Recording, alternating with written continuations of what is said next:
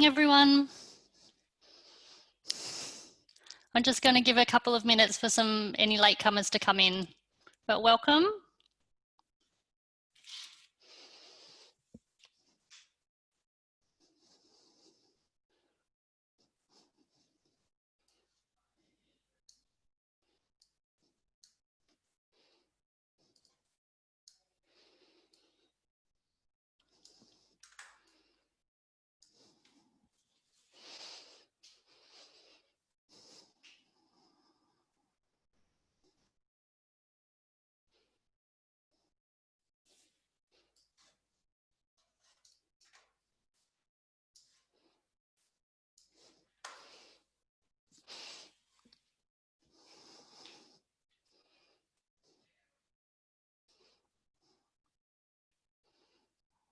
Just do another minute.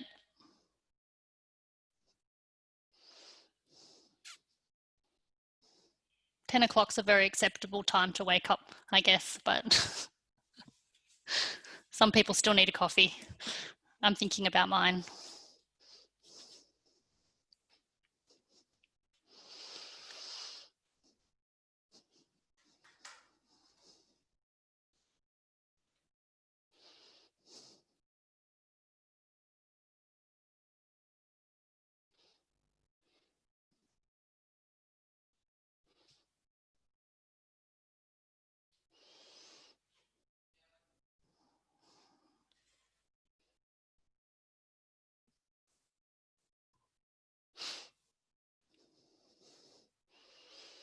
Okay, so it's 2 minutes past 10. One thing we've definitely learned about the difference between virtual meetings and real life meetings is that virtual meetings are always a lot more prompt. So I'm going to get started pretty much right away. So welcome everyone to this session. This is session 5 of the Jumpstart Your Business Recovery and Growth Business Seminars. And today we're going to be talking about how to set up an online shop and get you selling fast. So welcome. But before I get into this, I'd really like to acknowledge the Darug people of Hawkesbury land and the Gadigal people from Sydney. These are all people of the Eora Nation, and they're the traditional owners of the land that we are hosting this webinar on today. Really pay our respects to the elders past, present and emerging, and we really recognise the oldest living culture in the world, and such an honour to live in Australia. Okay, so first a little bit about me. Hi everyone, I'm Janine. My name is Janine Googan and I work for an agency called Circulate. So we are a creative digital agency and we do strategy, marketing, research and digital product development. And I have had 20 years experience working in the digital industry. I started out as a designer and have been working playing with pixels ever since. So the thing that I love most about this industry is that it's always changing. And I think this year has really shown us that one month is very different from another month, and the technologies that we use and the way that we communicate with people continually changes. So I'm really excited about giving this giving this talk because yes, online shopping really in the last 20 years has changed a lot, and there's a lot of great tools out there now that makes it a lot more accessible for everybody. And as I said, this is the 5th in a program of 5. So I think a few of you might have attended some of the earlier ones, really looking at our customer, how to stand out in the crowd, how to pivot into a different, more flexible business. And this is the very end of that journey. And so what we're looking at with this one is how to get that online shop and get you selling fast if that was part of your business model. All of these sessions will be available online afterwards, I think by the end of this month on the Hawkesbury Council website. So let's get into it. What a crazy year it has been. Many businesses, and probably potentially your own, I'm assuming that's one reason why you're here, have had to really pivot quickly because there's been so much change of all the different economic pressures brought on by COVID. So changing your business model is something you've possibly been thinking about. You might be looking to set up a brand new online business potentially, or you might have a physical bricks and mortar business and be looking to diversify your shop online, shopfront to online. So we'll be covering in this session options for how you can sell online, I'll be looking at the features and pricing of some of the different shop platforms, and I'm going to do a deep dive into 2 of them, which will be Shopify and WooCommerce, and I'll explain why. And then I'm going to be looking also at Instagram and Facebook, who are actually moving into be big players in this space, and I think there'll be some people to watch definitely in the coming year, and some tips on how to make your store great. So first of all, some housekeeping as well.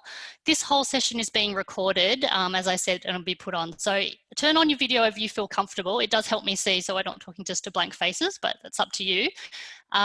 You'll be on mute during the presentation, but I'll be breaking halfway through. So if you want to ask questions at that point, just turn off your mute and ask a question using audio, or you can ask questions at any time using the chat box, which you should be able to see down the bottom of your screen, your video screen there. And I'll also break for questions at the very end as well. Okay, so in the really non-digital way, what I want to know first is I'm going to start with a poll, and I'm interested to know, how comfortable do you feel about setting up an online shop right now? And the way that I'd like you to do this is turn your video on and give me 0, it's 0 to 5. 0 for like, I have no idea, I feel totally unempowered, to 5, I know it, I don't hear at this presentation. So anywhere from 0, 1, 2, 3, 4, 5, hold up your hands, or put it in the chat box, just to give me an indication of where you are feeling. Oh, we got some a lot of zeros. Okay, well, I'm going to take this poll again at the end and we'll see how we feel. Thank you. Okay, so a bit of a mix. We've got a mix in there. Okay. Thank you. All right, an online shop. An online shop is really your shop front. So we want to think about this in a way that customers are going to buy things from you, but they're also needing to browse. So they're going to make judgments before they even enter your store, and as they're in your store and looking around as well. You can think of it is like a real shop front, but there are definitely key differences. First of all, your audience can be quite different. So you're not going to be relying on just foot traffic here, as in physical foot traffic. So you have a much wider audience in some senses. You potentially could have a global audience. And even if your target audience is the same as a physical store, they might have different needs and desires when they're buying online. So in this, really, before you even start thinking about making your store, you really want to think about, what are you selling?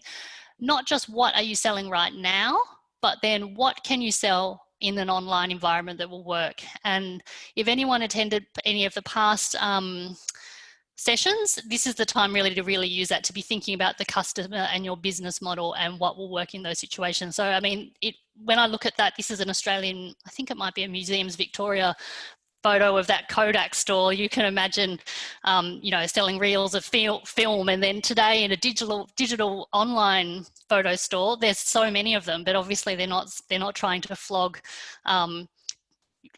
you know, real film. There might be photo books, there's customized prints, there's a whole sort of way of really opening up and thinking about what you can sell. So there are definitely physical products, services, courses, you can sell experiences, you can sell accommodation, there's a whole range. Really what I'm going to be focusing on in this session is the physical products.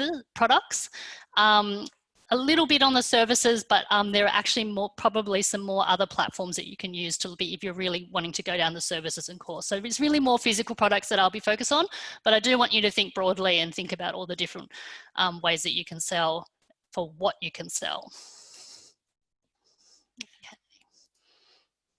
So now you're thinking, okay, I've got something I want to sell. How am I going to? There's 2 main ways to do this. One is to use an existing e-commerce platform, and these are big names that you probably will have heard of: Amazon, eBay, possibly already sold on these individually. Is a little more of a niche market, more sort of handmade. It was handmade and vintage goods. crafty sort of audience here. So these existing platforms, they're a really easy step if you don't already have a website. So sometimes it can be a way to get your foot in the door or test something out before you actually go the whole hog and create your own online shop, because they're already set up and you have access to a large pool of potential customers there. Incredibly easy to set up. Of course, there are cons with this. You're in the mix with other retailers. You really don't have very much flexibility for customization. And it's important to check the fees with these, because every single item you sell in here, generally you will get charged a fee from these companies for listing them in those platforms as well. So, and they do vary greatly, but they can be, eBay will take, for example, 10% up to your total sales if you're doing an online store through eBay. So the other way, which we will be dealing with today, is about creating your own online shop. So an advantage of this is you can add it onto or integrate it into an existing website. If you've got an existing website, it gives you much greater control of your branding. The disadvantage is it does require some technical know-how.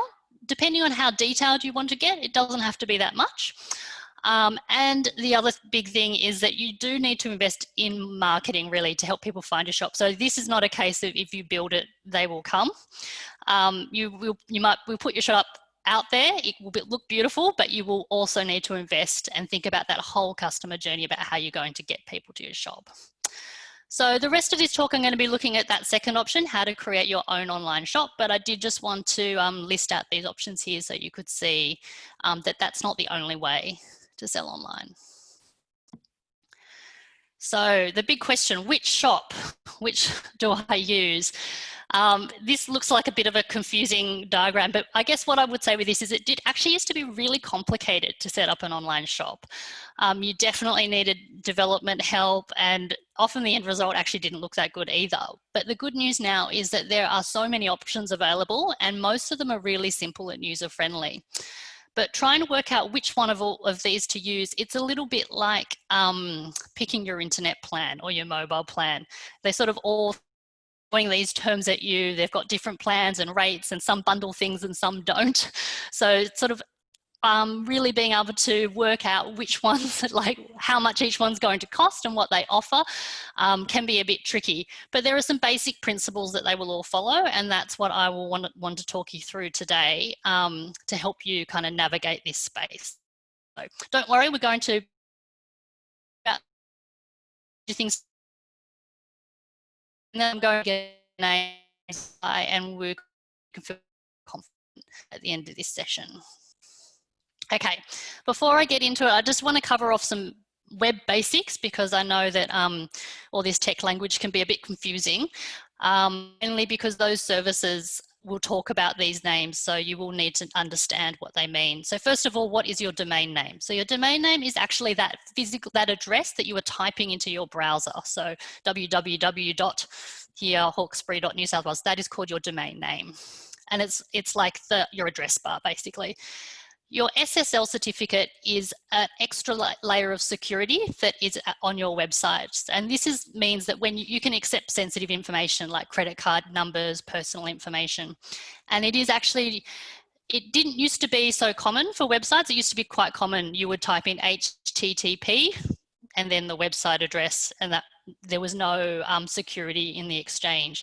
But now most websites, it's quite common, you will see it will say HTTPS, and that little S is like that, this security, little security certificate, and it means that you can transfer information security. For a shop, it's an absolute must-have. No one will go to a shop without seeing that little padlock and be purchasing, and you'll actually often be blocked from many browsers from being able to transact.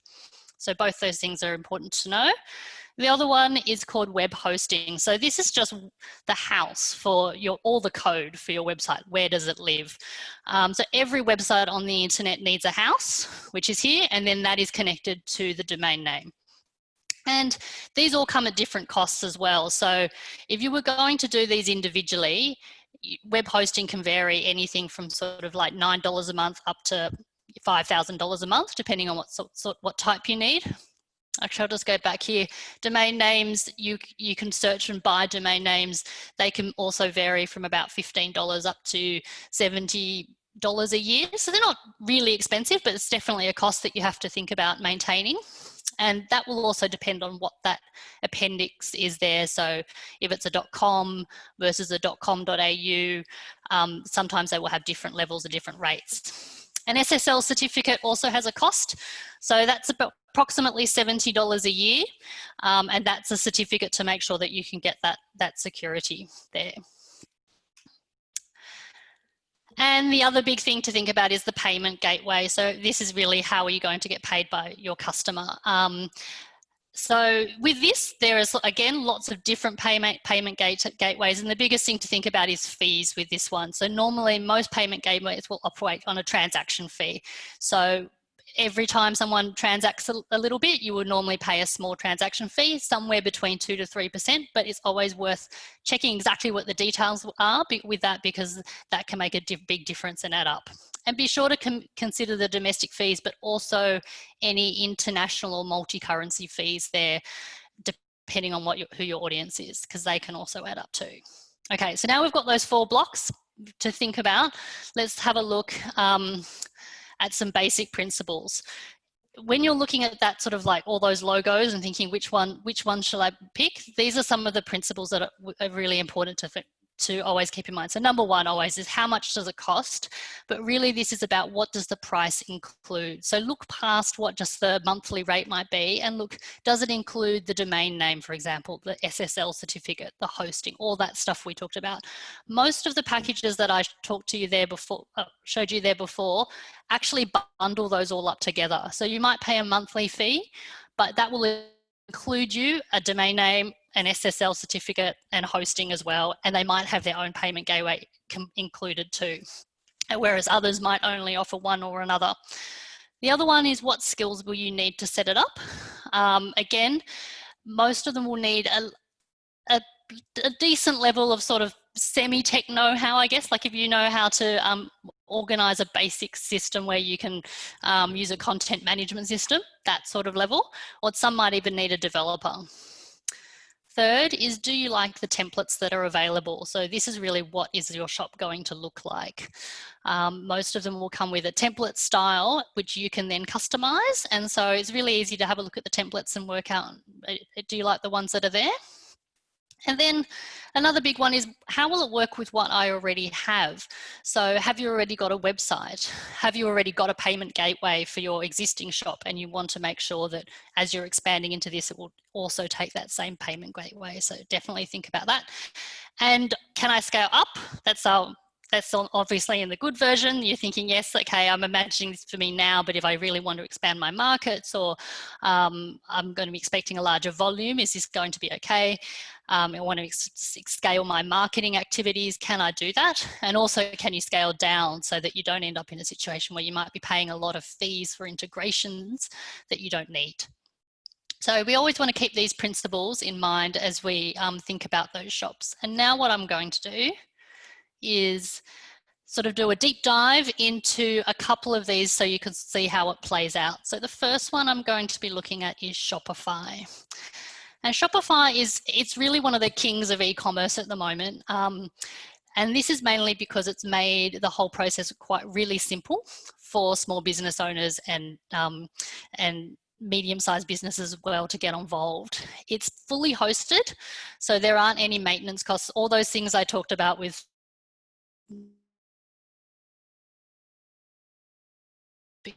because Shopify, it's simple to set up for tech novices.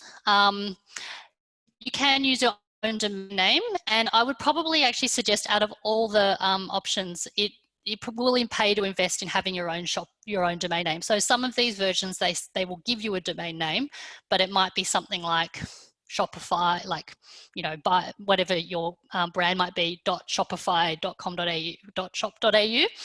And I definitely suggest it's for the price of $70 a year, it's definitely worth investing in a domain name. Even. There also are a lot of integrations with Shopify, so they have their own integrated email platform, so you can send out targeted emails to customers. and a blogging platform as well attached on. But it's probably worth saying that Shopify really started as an e-commerce shop, hence the name, and it's moved into those other areas like blogging and email, whereas some of the other services might have started as a blogging platform and then added e-commerce onto it. So in that way, I guess you would think about what are you prioritizing. Definitely Shopify, I think, wins on all the e-commerce features, whereas its blogging platforms, it's not as sophisticated as other blogging platforms. So all up, Shopify, it's a great sort of all-in-one solution. It's really good for anyone who wants something just out of the box, and it's really good for small business owners, entrepreneurs looking to launch something quickly. If you had all your material there kind of ready to go and you logged into Shopify and started trialing, you could get a shop really, up and going in a few hours if you really, if you had all your material ready to go. So it's really that simple to get working. And I've pulled this off the Shopify website, so obviously the prices might change as they change, but generally, and this is really talking about the principles about what to look out for, what they offer is they come in plans. So they offer this in a monthly plan. So it's an ongoing cost that you have to through, and the differences, they will clearly list what the differences are. And I mean, in this one, the basic one, which is $29 US a month, you only get 2 staff accounts, for example, but maybe that's fine for you. Or if you need more, then you might need to upgrade to the bigger one, which is that $80 a month.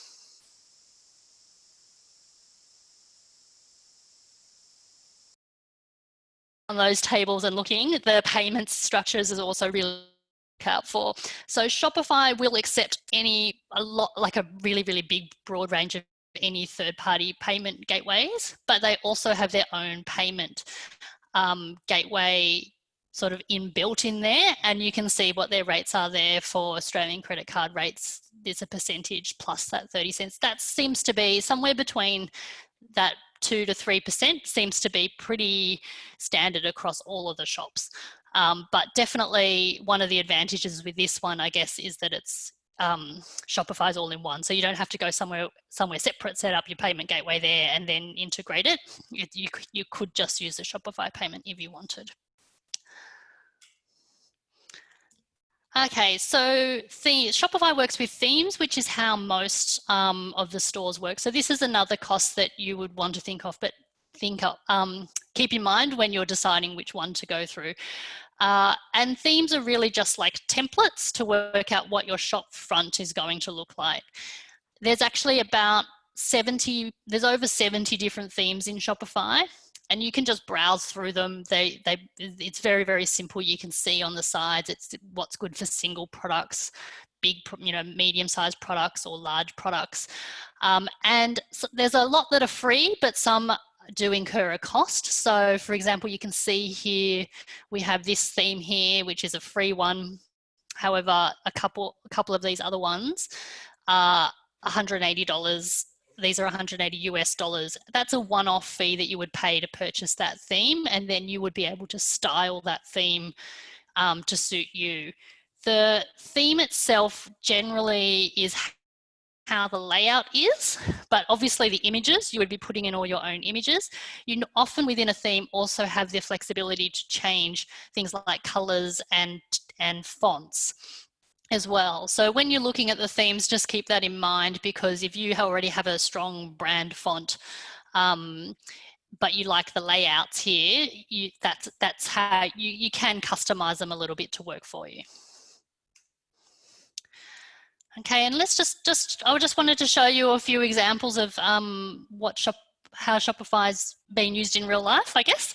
So Shopify, they've got pro versions as well as all those ones down. So there's a lot of really big names that do use Shopify, so you can be sort of sure that it's very, robust system. So even like JB Hi-Fi, for example, is on Shopify.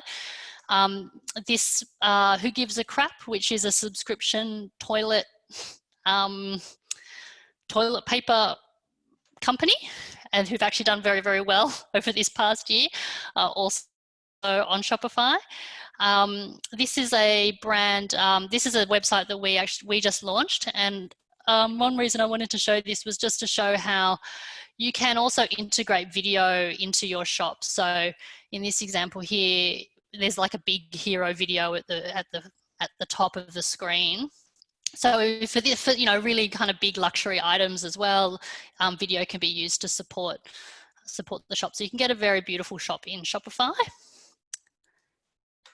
And this store here is a store in Orange, a homeware store. So this is probably more, I guess, what you would consider a kind of a classic physical product shop. And there's quite, as you can see, there's quite a large range of material and things that you can buy with a lot different menu types as well. So there's a lot of flexibility for how your shops lay out. One thing I do want to mention, which all the shops should, all the current platforms should offer, but absolutely worth checking, and it was reiterated in earlier versions, is it must work on mobile, because online shopping, I don't actually have the actual stats, but it would definitely be above 50 to 60% of people are going to be shopping on their phone. So 100% you want to make sure you're double checking that everything is working on those mobile screens. And any templates that you pick, most of these big brands will already make sure they work on a mobile and a desktop. That's called a responsive design. But yeah, make sure you double check, because you don't want to be in the situation where, where you have a site that's not working on mobile. Okay, so that's Shopify. Now I'm going to have a look at WooCommerce. So WooCommerce is actually an open source e-commerce plugin, and open source based just means that the code itself can be built on by anybody, and it's built for WordPress. So WordPress is a popular blogging software where people can create websites. WooCommerce is a plugin for that, so it's actually free to start to use WooCommerce, and it's got a lot.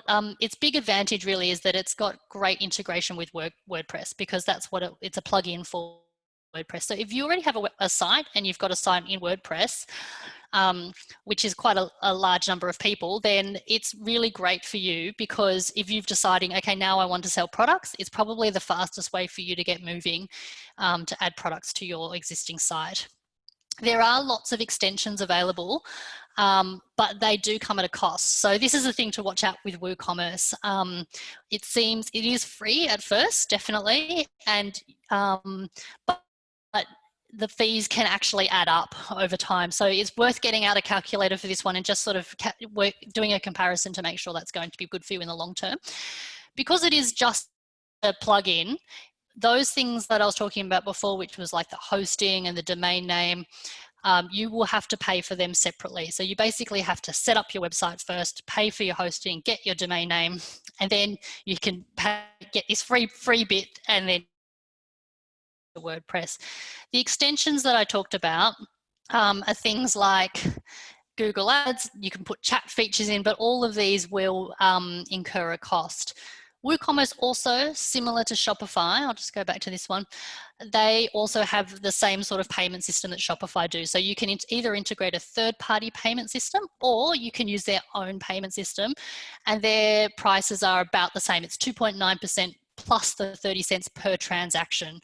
And then there's another 1% for transactions paid for cards that are issued outside the US. So the advantage with using some of these ones is they often come with fee disputes, so that all those payment gateways have those have that security and support as well. Okay, so all up, I think WooCommerce is a really great way forward if you've got an existing WordPress site, and also for anyone that really wants a more customizable end solution, because it's completely customizable. You will need, you most probably will need some developer help if you want to do that level of customization though. Okay, and doing a little bit of a deep dive into WooCommerce, I just wanted to show you some examples of the different sorts of stores that you can get with here. So this pet food store is built off e-commerce. Again, they've used a cute little video, but as you can see, they've got a lot of integrations in here. So it's quite a customizable website here. They've got lots of customer ratings, reviews in, and even things like these reminders coming in. When you actually go to purchase, they've got like a whole onboarding kind of session where you can put your dog's name in there. So all these kind of unique customizable things, I think help because they've done this through WooCommerce, which has been, they can just integrate the e-commerce part to whatever website they want. This is another example. It's a much simpler site, a music website. And they offer a whole lot of music lesson plans. So you can see here, this is, it doesn't have to be that, full-blown sort of amazing version that Scratch had before, but it can also be something like this where you're talking about, there's a lot of information on this site. That's one thing I thought was interesting. You can see the site itself is really about all the programs. There's a lot of blogs on how you can, how to give them the best music lessons. And then the e-commerce part, which is the programs that they offer here, is the part that's powered with WooCommerce. So you can actually add this to cart. And a final one, which is a butcher. They actually have stores in a few different locations, but this is again a more standards, which is really focused on those products first. You can see there's great grouping of products as well. And it's another example of a quite customized but well-developed WooCommerce site. Okay, just got to, oh, sorry. My Windows. Okay, so they were just two examples. There were all those logos. I'm not going to go into all of them, but I'll give you a really quick wrap up of some of them. So Squarespace. Squarespace was actually started more as a portfolio website builder. So they've got very beautiful templates. They're more known for art design sort of portfolios, and e-commerce has been added onto that. So if your business is more than around that beautiful art design sort of look, and that is actually more important, that's an important part for you, then Squarespace is definitely one to look at. They've got beautiful templates. Magento, that's more sophisticated software, definitely aimed at growing larger businesses. So it's a bit more complex and the user flow is harder to understand with that one, but it's probably enterprise kind of level solution. Wix is another one similar to Shopify. That's also good for small business. So I got into detail, but you can look at the rates. They're very, very similar, almost the same sort of process. Equid is not as well known, but it's definitely good value for small players, and it includes a free plan, which is one reason why I put them in there. So they all will have plans, but Equid actually also has a completely free plan. It's very limited in the number of products you can sell, but that's a good one, another good one to look at. It's good value, and you can it's a good starting place if that budget is really important. So overall, with all of them, what I would say is definitely take advantage of the free trials. So Spotify have a 3-month free plan just to let you get in there and try it all out. So you can totally then just, cancel and sign out at the end, but it gives you a chance to just sign up and see what's in there. Most of them will offer that. So if you're interested in any, definitely take advantage of the free trials.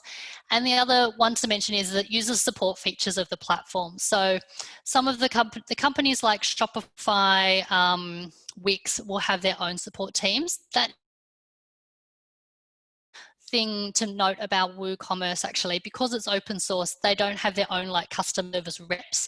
It's a community. So there's a lot of material out there for you that you can read and resources, but they don't, for example, they don't have a customer kind of support channel for you to contact. Okay, so we've reached about halfway. I've actually good in timing too. I've reached about halfway. Does anyone have any questions about any of those particular models before I start moving into some of the social platforms? I'll just give you a minute. You can either unmute yourself or write in the chat.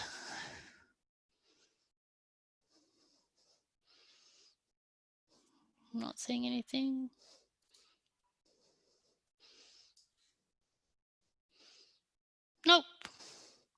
Okay, excellent. Let's move on. Okay, so in giving this talk, I really didn't want to just stop at building your own online shop with ignoring what the movements that are happening in social shopping at the moment. So, and this is really probably quite hot off for the press actually, because Facebook and Instagram have been really making a lot of inroads into e-commerce, and even only in the last, I think the last couple of weeks they've been releasing extra e-commerce features. So absolutely, I would say it's one to keep an eye on and one to watch. So the way that at the moment, the way they all work is that you will still need your own online shop. And all that Facebook and Instagram do at the moment is they make it really easy for you to connect directly from your online shop into either Facebook or Instagram. So I'm going to talk about Facebook first. First of all, what's the difference between Facebook Marketplace and Facebook Shop? Marketplace you possibly have used yourself. It's the little icon down the bottom of the screen, which gives you the ability, it's sort of like an eBay or a Gumtree really in Facebook, and lets you sell individuals items, but that's really for individuals. A shop is really is a business shop, so you need to have a Facebook business page before you can have a Facebook shop. It was only released this year and it is gradually rolling out to countries. It is available in Australia, but right now the checkout in Facebook is not yet hasn't yet been released, but they probably will be releasing it before Christmas this year, I would say, at the rate they've been releasing these. So what it lets you do is that everyone knows that once they're in Facebook, people can't get out of it, and any friction to buying or like having to go outside something is one less click that people are going to want to purchase your product. So what Facebook have done in their very Facebook way is like, let's bring it all in here together. Oh, hang on. Sorry, I think I've missed. Okay, so what that means is when you set up a Facebook shop, you can basically put all your products into Facebook, and then if someone wants to look at that product, they can see it also in Facebook. At the moment, if they want to buy it, it will still say purchase on website, and that will link them directly through to your online shop that you've just set up, so they can complete the checkout process there. Excitingly, Instagram are also doing the same thing. So if you set up a shop in Instagram, which is through the Facebook Business Manager, they share the same. So basically you have to set up in Facebook and then you sort of push it to Instagram and Facebook. You will get this little shopping icon here, and it means that people can filter your posts by they can see all your products. And if anytime you do a post, you can actually tag your products in your posts exactly the way you might tag people.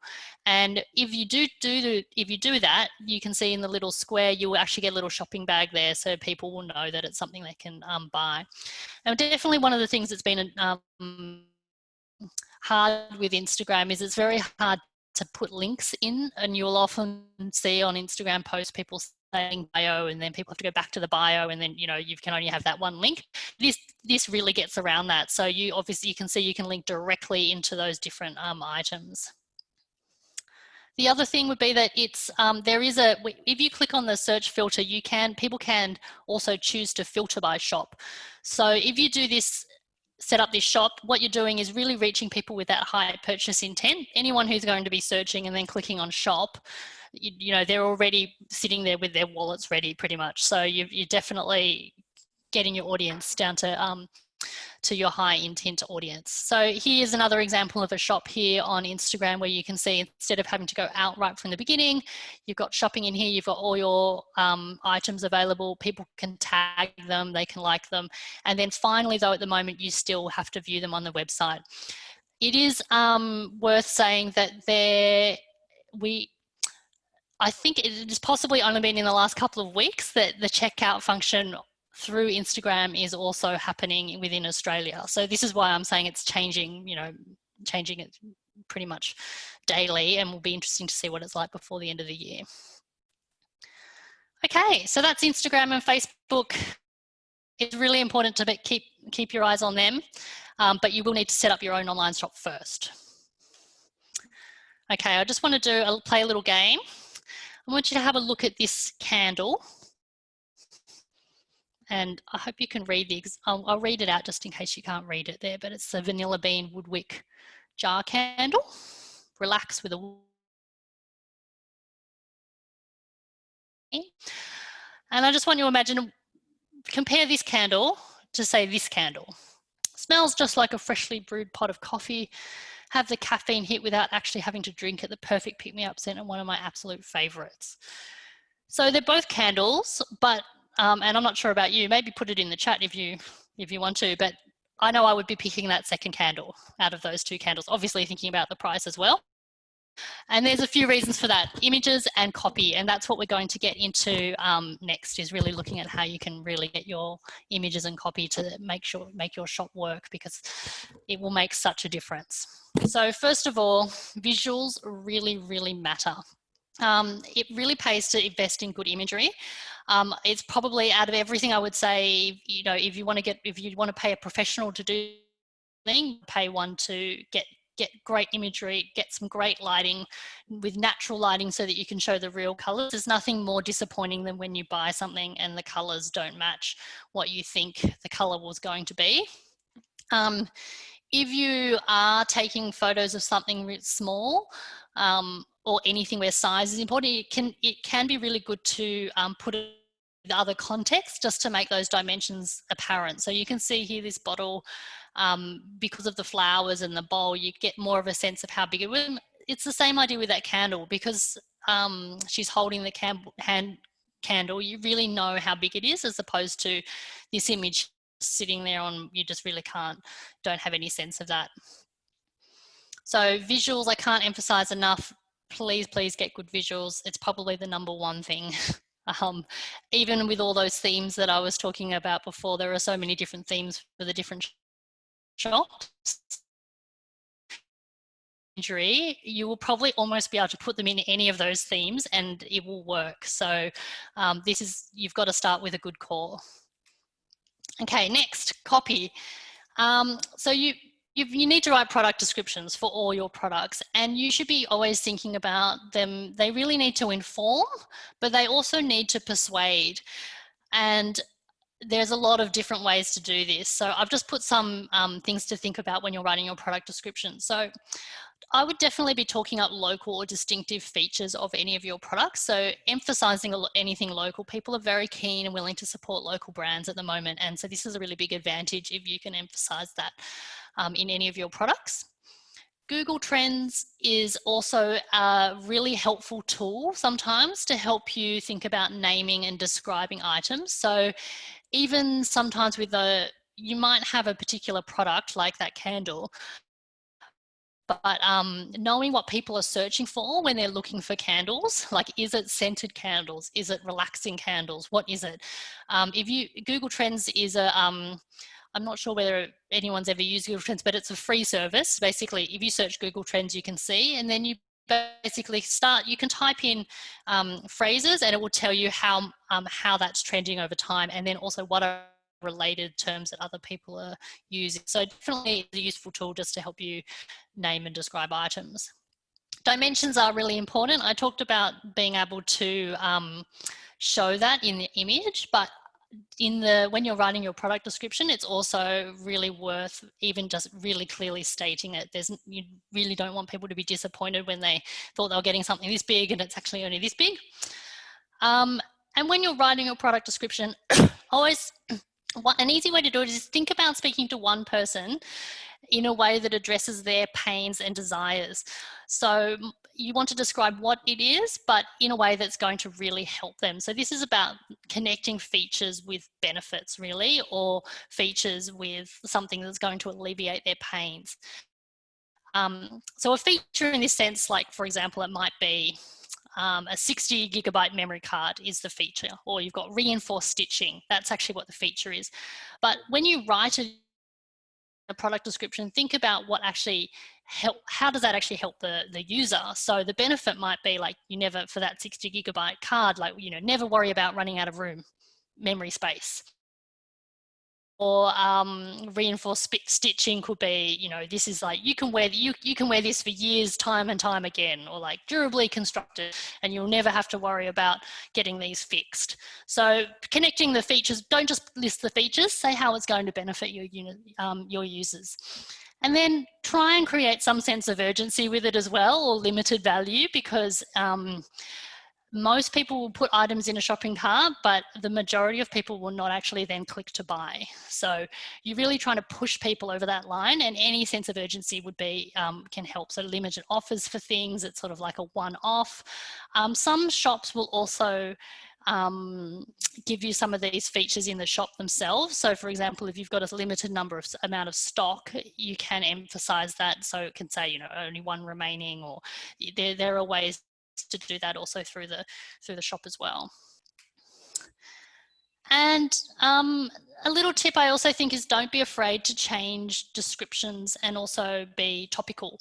So if you look at, this is one example, I don't know if anyone's played this game. It's a card game, essentially like an adult card game. I'll read out the description here just because it's quite a bit small. I don't know if you can see it, but it says, you know, Cards Against Humanity. So this is saying what it is: a party game for horrible people. Each round, one player asks a question from a black card. Everyone else answers with their funniest white cards. It's, you know, 550 total cards, 460 white, 90 black. So very procedural. And then it says, contains 0 references to US President Donald Trump. Wouldn't it be nice to laugh again? So, you know, this is very topical, like leading up to the election. So I think sometimes we think about product descriptions as they're sort of set and then completely forget them, but definitely you have the ability, particularly with all these great platforms, to keep changing and to be topical and have some fun with it as well, if that works for your brand. Okay, in summary, so I just want to go over some of the things that we covered. First of all, know what you want to sell, and don't be afraid to start small. It's always better to start small than nowhere.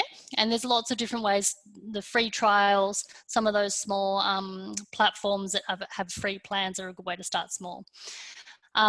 Definitely invest in good imagery. Like, I'm banging on about that, but it's really, really important. And then pick your platform. Make sure, I think it's worth getting out your calculator, thinking about what your product is and how much you think you're going to sell, and going through the fees. So it really is worth kind of just doing that to make sure that you are investing in a platform that's going to work. Then you upload your products, choose your theme and create your storefront, and then open your doors, and you're off. But I guess the one little word of caution I would say is, just because you build it, it doesn't mean they will come. And this is one seminar at the end of like the 5 seminars. So all that work that have been in the other seminars about thinking about the whole customer journey, not just this shop front, but then how are you going to get people into this shop? Do you need to use any UGC, blogging, all those sort of marketing terms? Definitely is a way of feeding into this as well. But obviously we were just focused on that one little bit. All right. I think I've finished ahead of time. Oh my gosh. I think someone has to ask questions there. Has anyone got any questions? You can either use the chat or unmute yourself. I'll just give you a few seconds.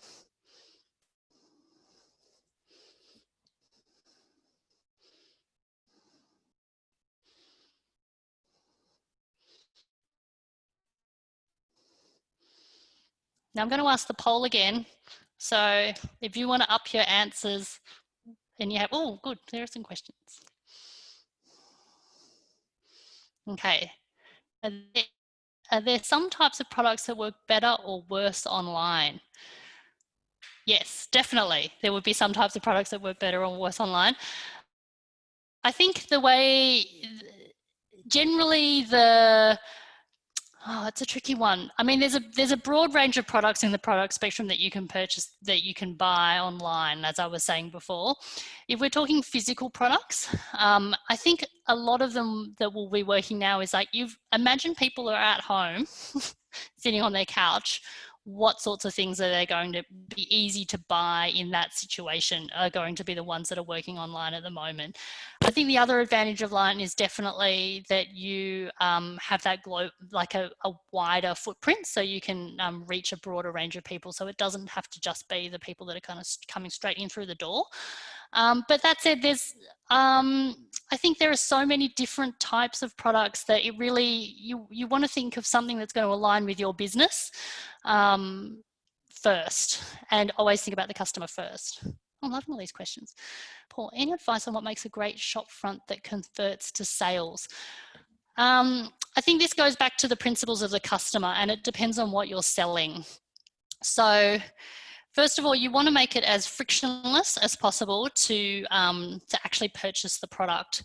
But generally, there's this general rule of the more of an investment it is, the more information and more confidence people will want before they will commit to buying.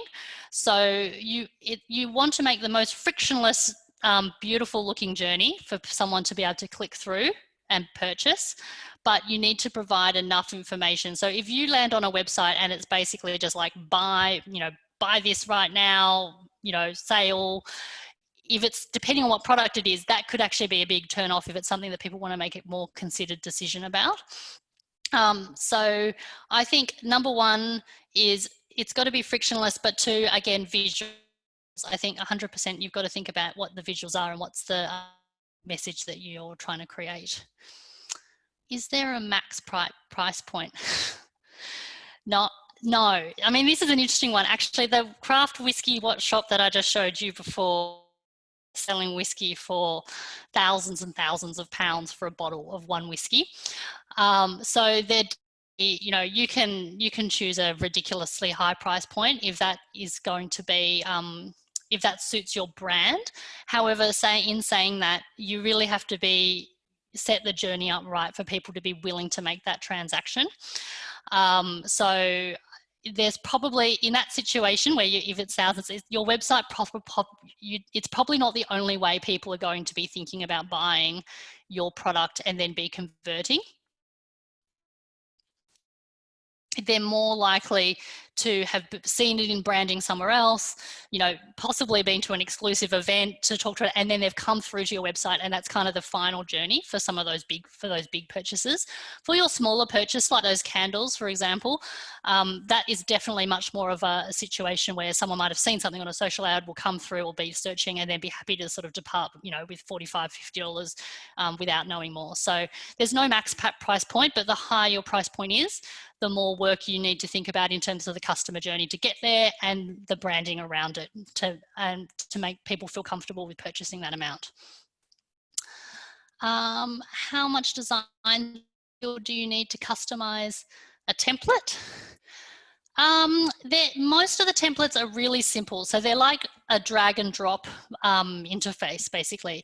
So you still need, and this is why I was saying the visual, investing the great visual imagery is so important. You still need to have a sense of what is going to look good, but what those templates help you do is they've made it easy in terms of, they might have one large image and then they've got a little bit of, they've picked a great font, so you don't have to make any of those decisions. So I would say that you don't actually need, you definitely don't need to understand Photoshop or any kind of like designer level skills. Most people will be able to get in there and upload an image, put in some text and get that working for them. But invest in the good image to start with, and it'll make your job a lot easier. So you wouldn't have to put everything in your bricks and mortar store online, just some. That's correct.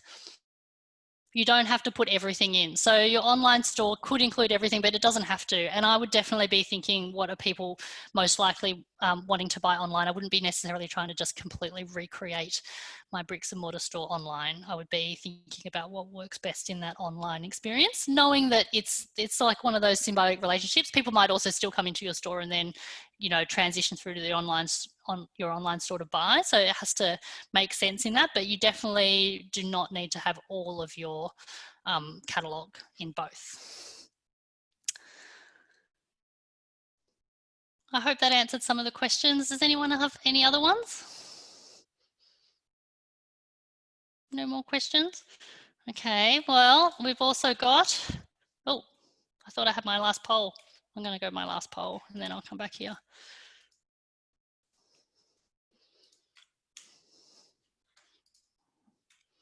Okay, so I know we did this poll at the beginning. You've just all sat through about an hour. I would interested, yes, videos. I want to see everyone giving me a high five, hopefully. But, please put in the chat, how comfortable do you feel about setting up an online shop right now?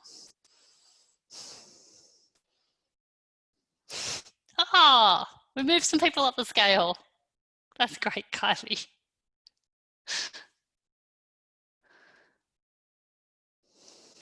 Awesome. Oh, Jessica, I don't think we moved you up.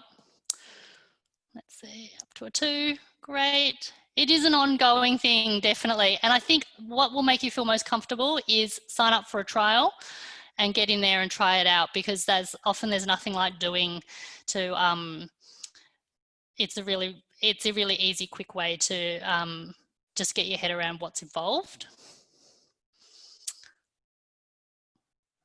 Okay, I think that's great. Thank you. Awesome. Now, all of these are being recorded, as we said, and they will be available online on the Hawkesbury Council website. I think we might have a link. Amula, do we have a link that we could put in there so that you can find them all? I will just share a link here. Hang on. So there's a link in the chat where they will all be posted. And yes, thank you so much, everyone. And it's, it really has been a crazy time that we've all been in together. So I hope that these series of seminars has helped you have some confidence in thinking about how you might want to change your businesses, or how you're going to be moving your businesses forward in this new digital world. Thank you.